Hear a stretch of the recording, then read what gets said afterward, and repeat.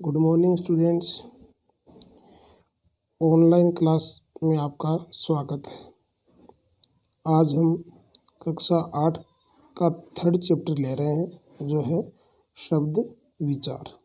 तो सबसे पहले हम देखते हैं शब्द विचार क्या है। व्याकरण के जिस भाग में शब्दों के प्रकार, रूपांतर और उत्पत्ति पर विचार किया जाता है उसे शब्द विचार कहते हैं।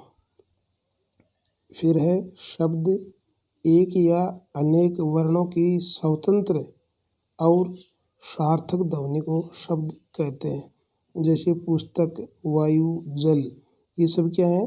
सार्थक शब्द हैं और स्वतंत्र ध्वनि है। उसके पश्चात हम देखते हैं शब्द के प्रकार। तो साधारण रूप से शब्द के दो प्रकार होते हैं, सार्थक शब्द और निरर्थक शब्द।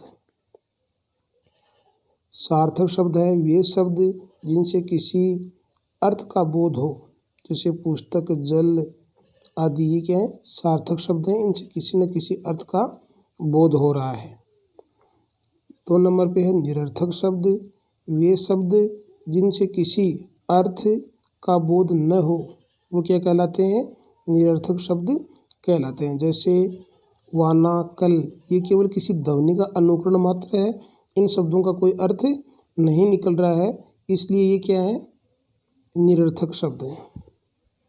अब शब्द के बाद हम थोड़ी सी बात कर लेते हैं शब्दांश के विषय में कि शब्दांश क्या हैं। भाषा में कई शब्द या ध्वनियाँ ऐसी होती हैं जिनका अपना कुछ अर्थ नहीं होता, पर जब वे दूसरे शब्दों से मिल जाती हैं तब सार्थक हो जाती हैं। ऐसी स्वतंत्र ध्वनियों को शब्दांश कहते हैं। इन शब्दांशों को उपसर्ग और प्रत्यय कहते हैं। तो आपने उपसर्ग और प्रत्ययों को पिछली कक्षाओं में भी पढ़ा है,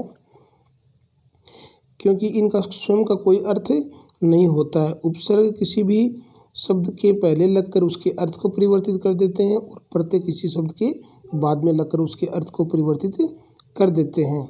लेकिन जब मूल शब्दों में से उपसर्ग और प्रत्यय हटाने पर उन उपसर्ग और प्रत्ययों का कोई अपना अर्थ नहीं बचता है। इसके बाद हम बात करते हैं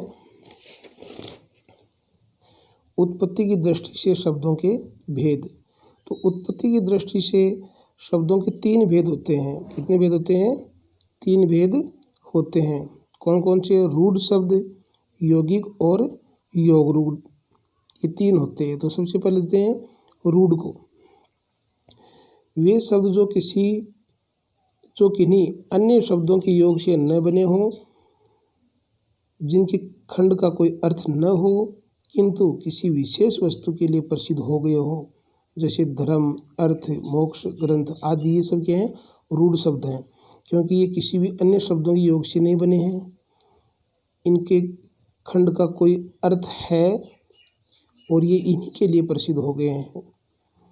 यौगिक शब्द वे शब्द जो उपसर्ग, प्रत्यय, संधि, समास अथवा दूसरे शब्दों के योग से बने हों। जैसे पाठशाला है तो पाठ जोड़ शाला, तो यहाँ पर पाठशाला शब्द है वो 2 शब्दों से मिला है, पाठ और शाला से।